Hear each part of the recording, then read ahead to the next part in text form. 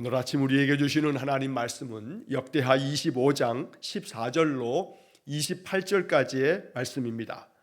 역대하 25장 14절로 28절까지의 말씀을 봉독하겠습니다.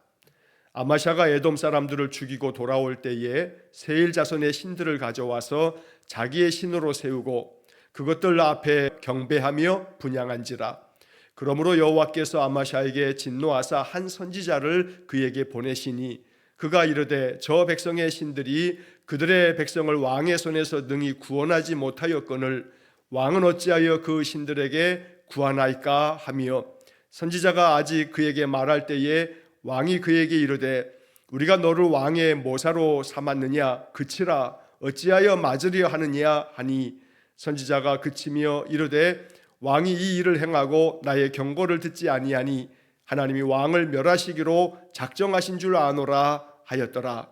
유다 왕 아마샤가 상의하고 예후의 손자 여호아스의 아들 이스라엘 왕 요아스에게 사신을 보내어 이르되 오라 서로 대면하자 한지라.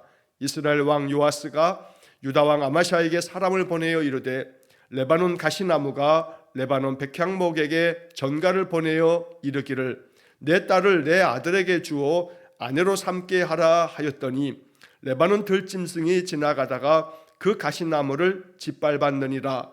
내가 에돔 사람들을 쳤다고 내 마음이 교만하여 자긍하는도다. 내 궁에나 있으라. 어찌하여 화를 자초하여 너와 유다가 함께 망하고자 하느냐 하나, 아마샤가 듣지 아니하였으니 이는 하나님께로 말미암은 것이라. 그들이 에돔 신들에게 구하였으므로 그 대적의 손에 넘기려 하심이더라. 이스라엘 왕 요아스가 올라와서 유다 왕 아마샤와 더불어 유다의 베스메스에서 대면하였더니 유다가 이스라엘 앞에서 패하여 각기 장막으로 도망한지라.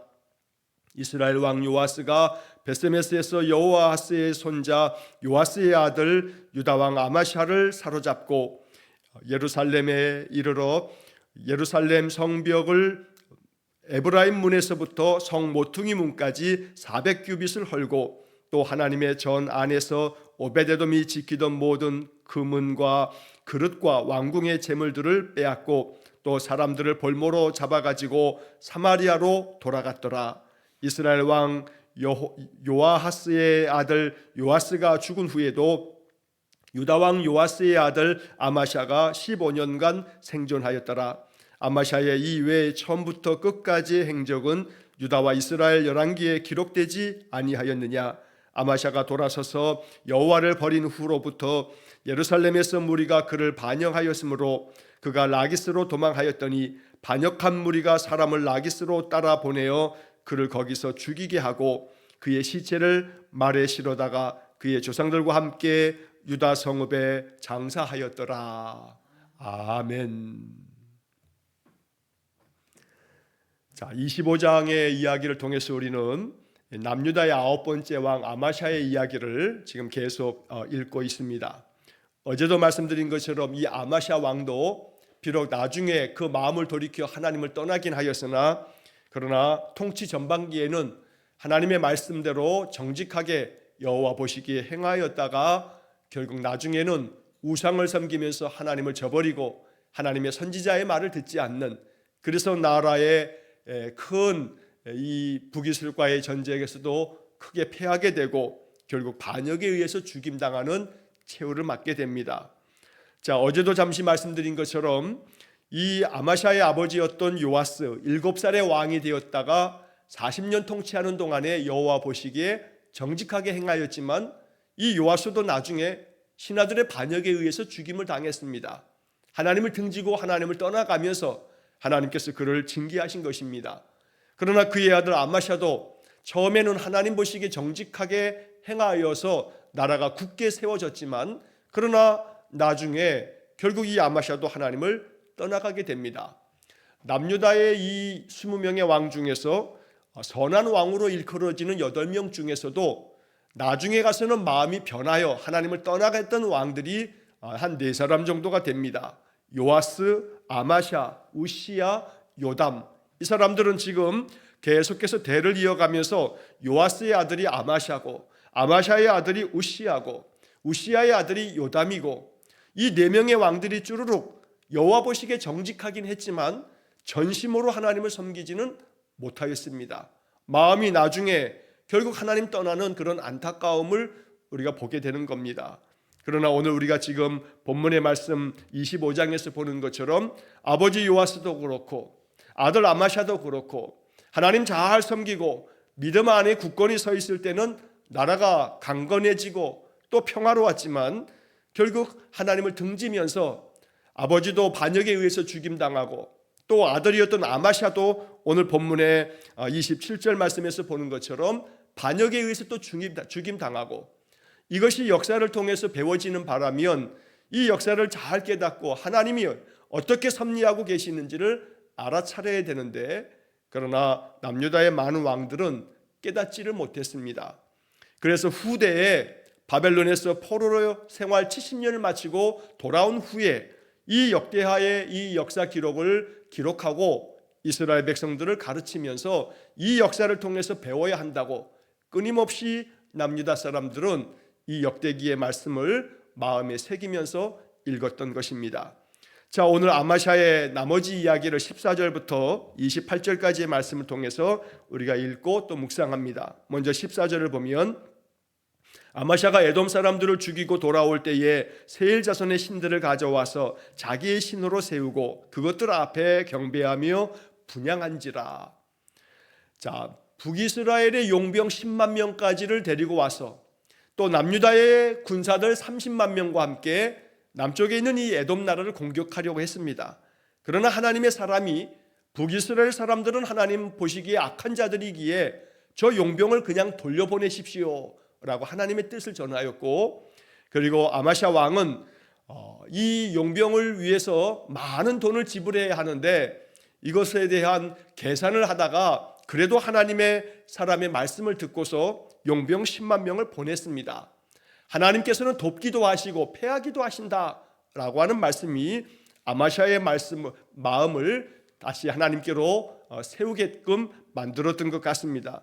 그래서 이 에돔과의 전쟁에서 큰 승리를 거두었습니다.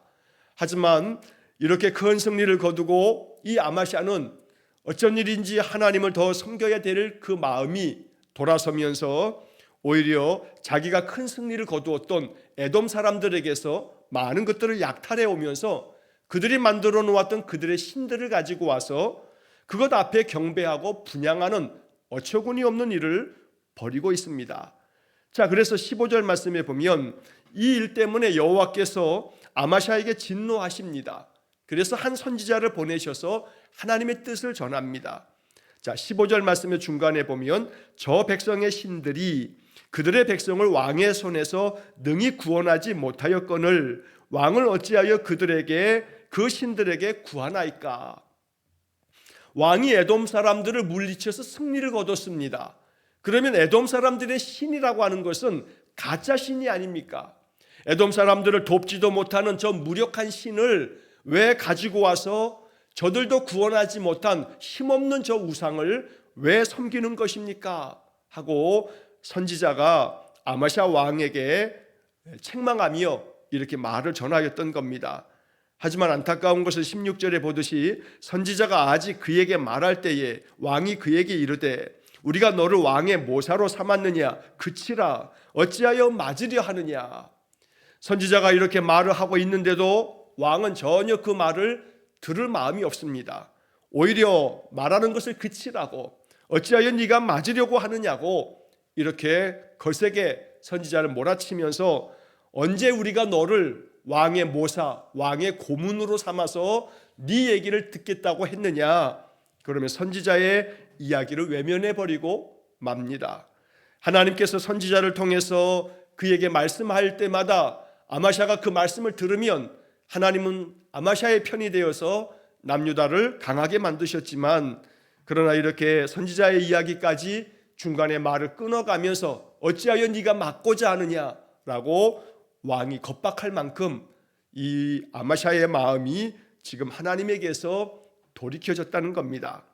자, 그래서 왕이 이 일을 행하고 나의 경고를 듣지 아니하니 하나님이 왕을 멸하시기로 작정하신 줄 아노라 하면서 결국 이 선지자도 왕에게 더 이상 어찌 해볼 수 없어서 하나님께서 이 왕을 멸하시겠구나라고 하는 것을 말하고 있습니다. 자, 아마샤가 왜 이렇게 돌아서게 됐을까? 성경학자들은 여러 가지 이유를 대기도 합니다. 문맥상으로 봤을 때는 어저께 말씀드린 것처럼 이렇게 아마샤가 에돔 사람들을 이기고 돌아오게 됐을 때 어제 본문의 마지막 부분에서 북이스라엘 용병들이 전쟁에 참여하지 못하고 돌아가는 중에 남유다의 성읍들을 약탈하고 3천여 명의 사람들을 죽였습니다.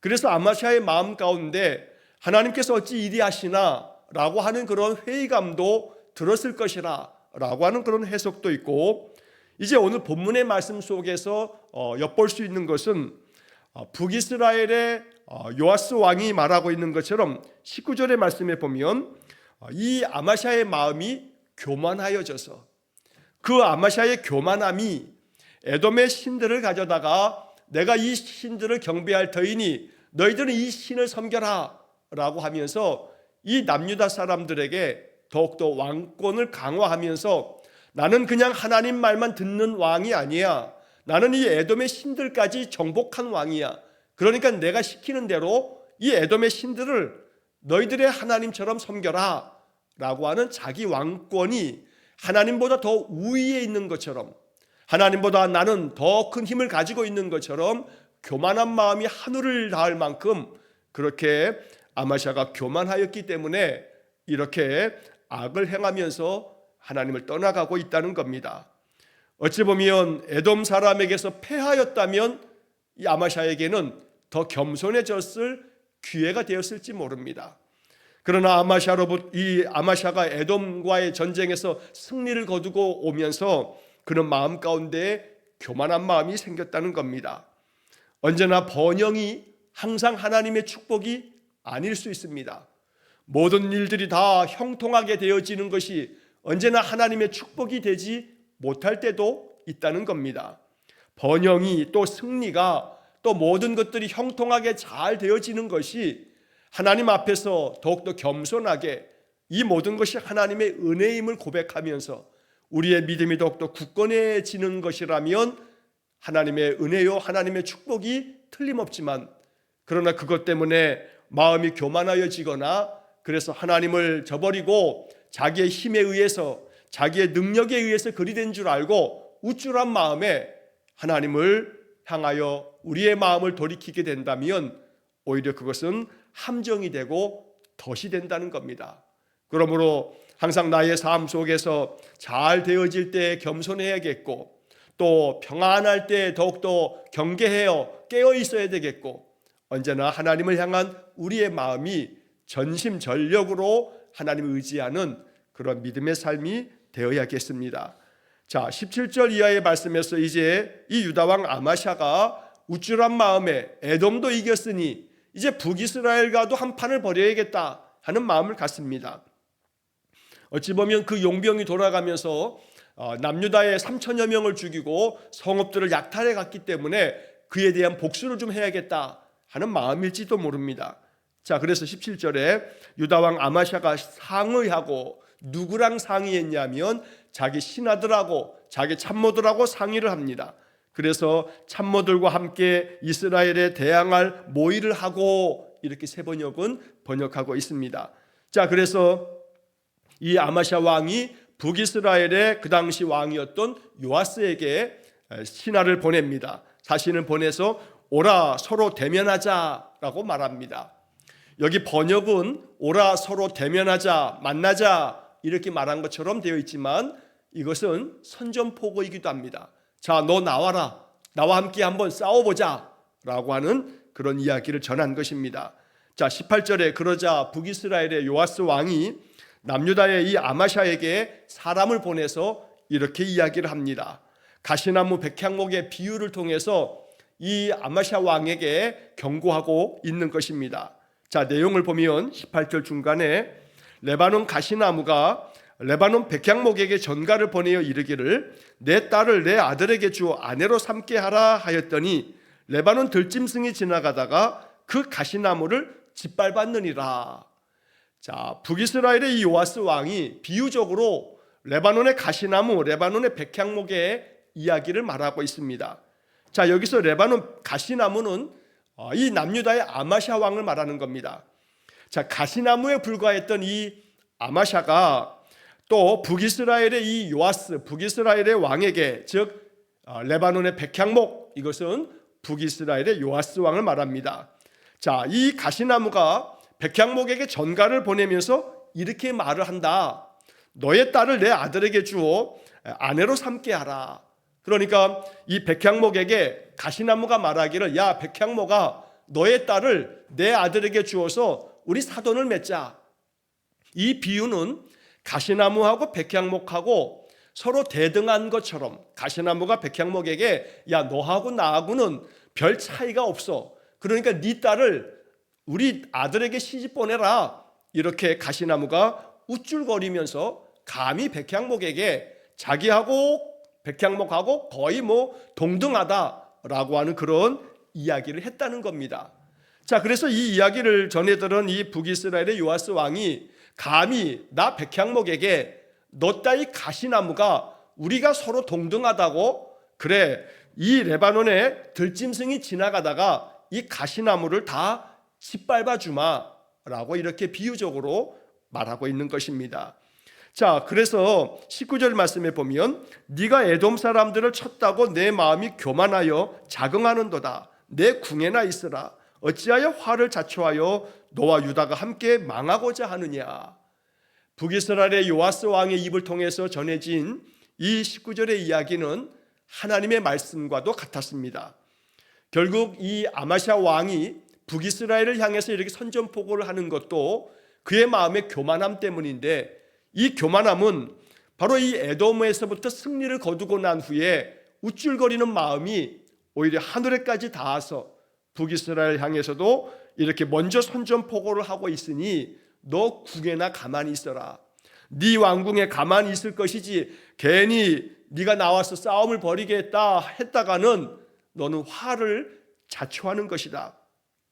그뿐만 아니라 너로 말미암아 유다가 망하게 될 거다라고 이렇게 경고를 합니다. 하지만 아마샤는 그 소리를 듣지 않습니다. 귀에 들어올 리가 없습니다. 그래서 20절의 말씀은 그것을 이렇게 이야기합니다. 아마샤가 듣지 아니하였으니 이는 하나님께로 말미암은 것이라. 사실 여기 20절의 이 해석이 역사에 있어서 참 중요한 해석입니다.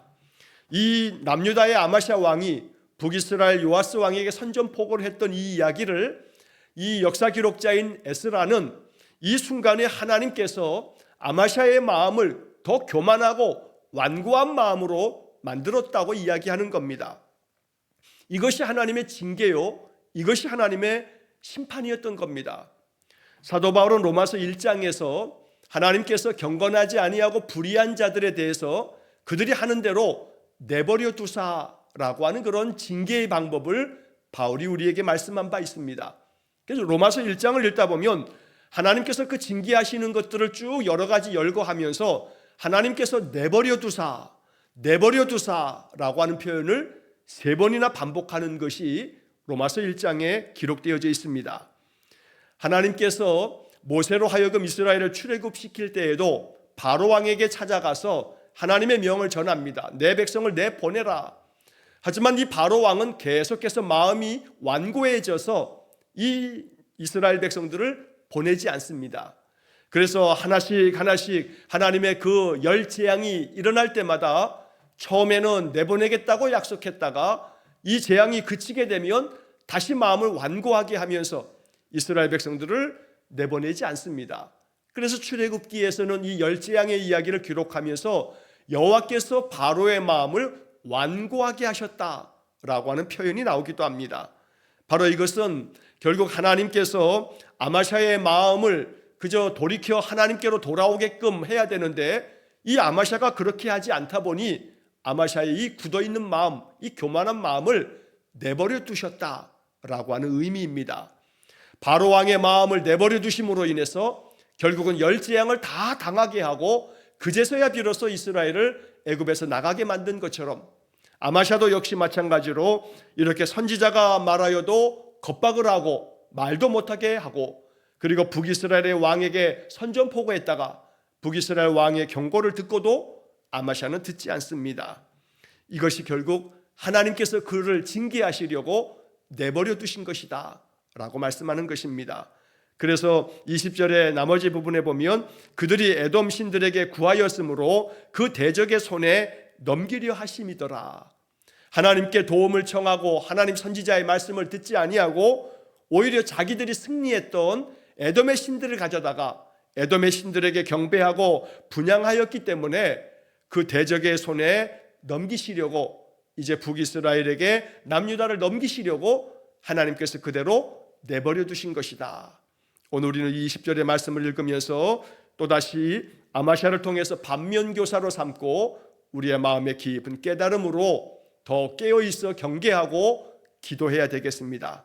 무엇이든지 내 삶의 일들이 순조롭고 평안하고 아무 일이 없을 때 우리의 마음이 교만하지 않도록, 이런 모든 평안함이 내가 잘해서인 줄 알고 하나님을 향한 마음을 꺾지 않도록, 돌이키지 않도록 더욱더 깨어 있어야 되겠고, 언제나 하나님의 은혜를 고백하면서 하나님 말씀 붙들고 살아가는 변함없는 그런 믿음이 되어지도록 기도해야 되겠습니다. 자, 21절 이하의 말씀에서는 결국 드디어 북이스라엘과 싸움을 벌이게 됩니다. 자, 그래서 21절에 이스라엘 왕 요아스가 올라와서 유다 왕 아마샤와 더불어 유다의 베세메스에서 대면을 합니다. 이제 진을 치고 일촉즉발 싸움을 벌이기에 이제 들어가게 된 것입니다. 22절에 유다가 이스라엘 앞에서 패하여 각기 장막으로 도망한지라. 결국 북이스라엘과의 이 싸움에서 유다는 패하고 말았습니다.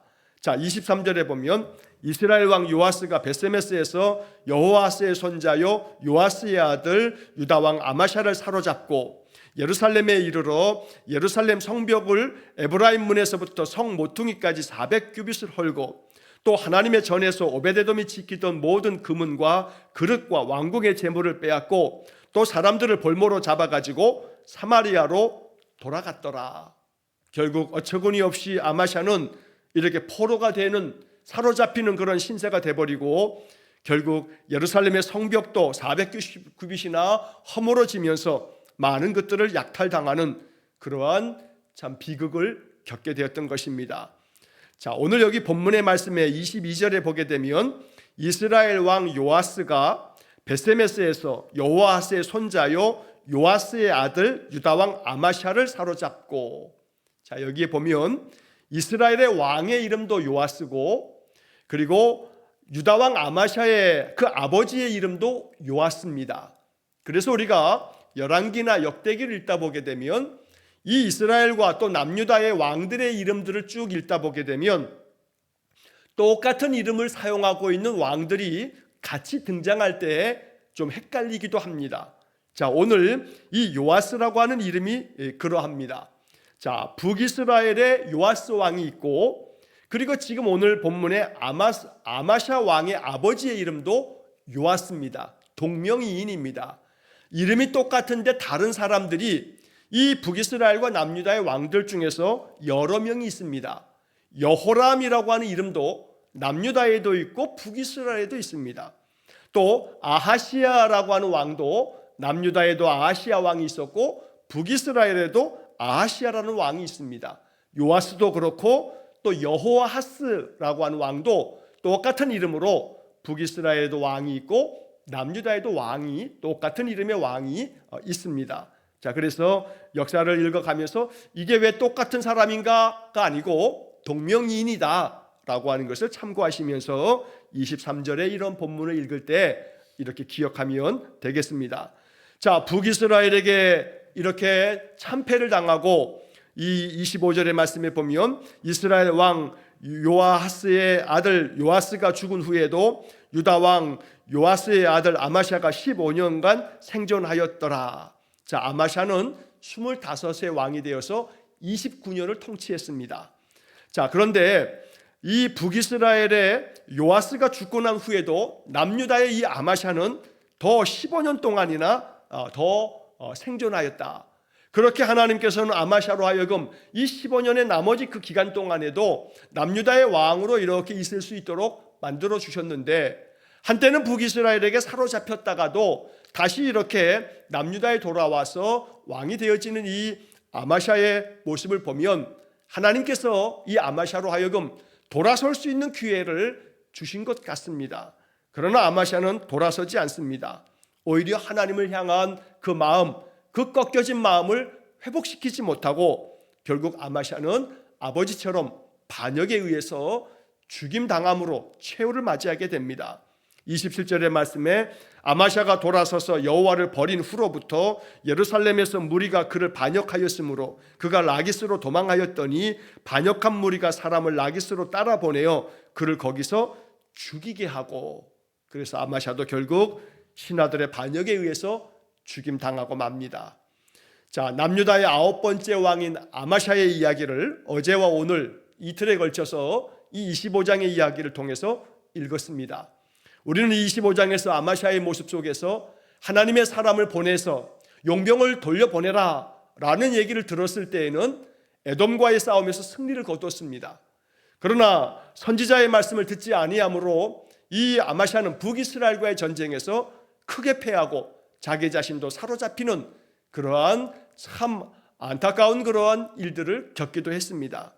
이것을 통해서 우리는 아마샤의 이 인생의 이야기가 우리에게 큰 깨달음이 될 수 있어야겠습니다. 언제나 마음 돌이키지 아니하고 하나님을 향한 마음이 변함이 없어서 늘 우리의 인생의 삶에 참된 구원자여 능력 되시는 하나님만을 바라보는, 하나님만을 의지하는 그런 삶을 살아야겠습니다. 그렇지 않으면 하나님께서 내버려 두실 수 있습니다. 내버려 두시는 것이 하나님의 징계하심의 방법임을 또 잊지 말아야 합니다.